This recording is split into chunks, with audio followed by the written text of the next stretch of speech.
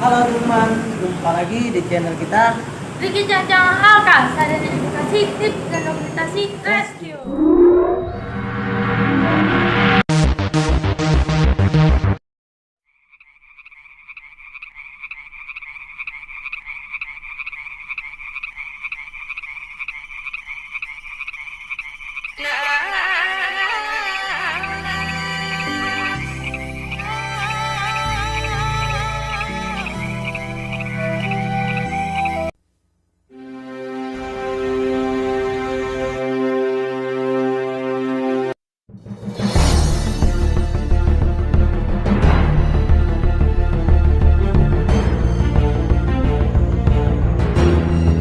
Benci manusia.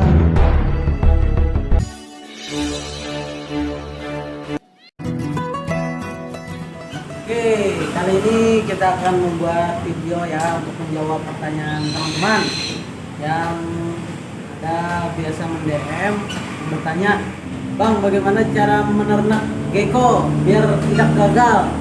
Bang, bagaimana cara menurunkan gecko? Nah, sebenarnya cara menernak gecko itu ada beberapa tahapan, teman. Nah, dan cara mengawinkan itu termasuk dalam tahapan untuk menernak gecko.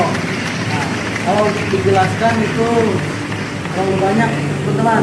Jadi sedikit saja ya kita ambil kesimpulan. Nah, untuk menernak gecko, pertama, poin penting harus bisa membedakan kelamin jantan dan betina. Nah, untuk mengetahui kelamin jantan dan betina gecko ada seperti di video di atas ya. Nah, seperti video di atas. Nah, terus kalau kita sudah bisa membedakan kelamin jantan dan betina, kemudian tahap lanjutannya adalah kita harus paham kondisi ketika si jantan dan si betina sudah siap kawin. Nah, untuk si jantan biasanya pejantan gecko yang siap kawin itu minimal usia 7 bulan. Namun banyak kawan-kawan reptiler lain menyarankan usia 9 bulan.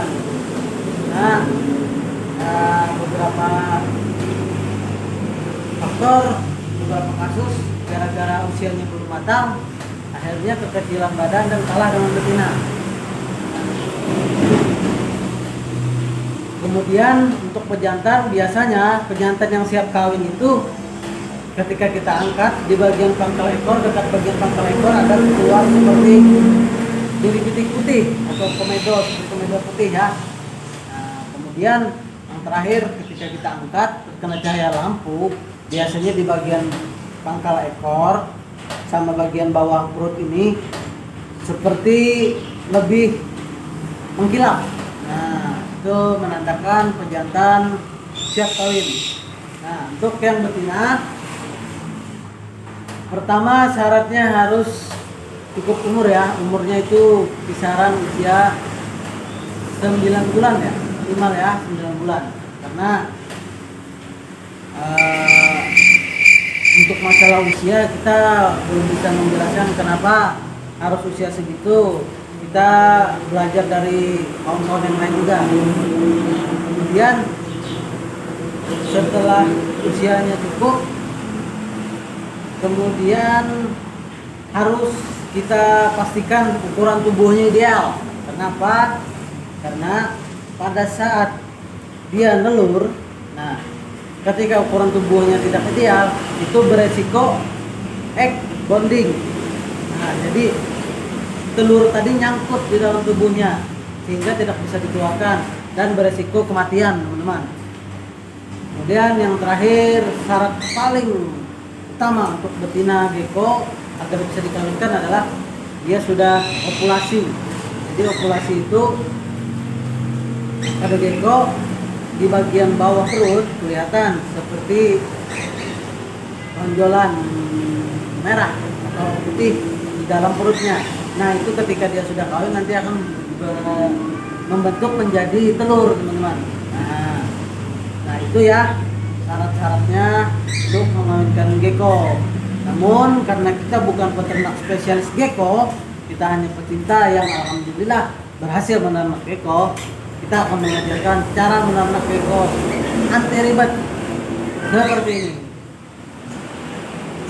Nah, ini settingan kandang kita seperti ini ya teman-teman. Settingan kandang kita cuman menggunakan alas pasir kucing. Nah, terus kita kasih tempat minum atau water dish yang sekiranya cukup untuk mereka minum. Kemudian kita kasih goa-goaan ya untuk tempat dia bersembunyi. Jadi ketika dia kawin biasanya dia lebih suka di tempat seperti ini teman-teman. Nah, kemudian kita juga kasih tempat untuk dia menaruh telurnya teman-teman. Nah, itu sedang nelur lagi itu. Nah, oke. Untuk satu pejantan biasanya itu bisa dimasukkan sampai 10 betina. Namun tidak disarankan, lebih baik satu jantan itu untuk 4 atau 6 betina saja ya. Nah, terus ini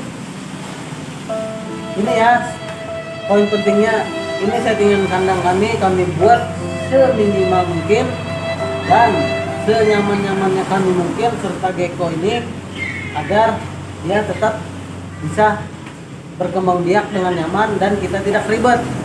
Dan patut kawan-kawan ketahui, apabila kawan-kawan ada yang merasa oh itu settingannya tidak benar, oh itu pasir kucing itu berbahaya untuk gecko, ya kita di sini anti debat. Yang pasti kita di sini sudah berhasil menernak gecko dan menghasilkan baby gecko lumayan banyak dengan metode seperti ini. Nah, di sini ketika dia sudah nelur, telurnya akan kami ambil dan kami pindahkan ke inkubator buatan. Seperti ini ya. Kita kasih seperti ini.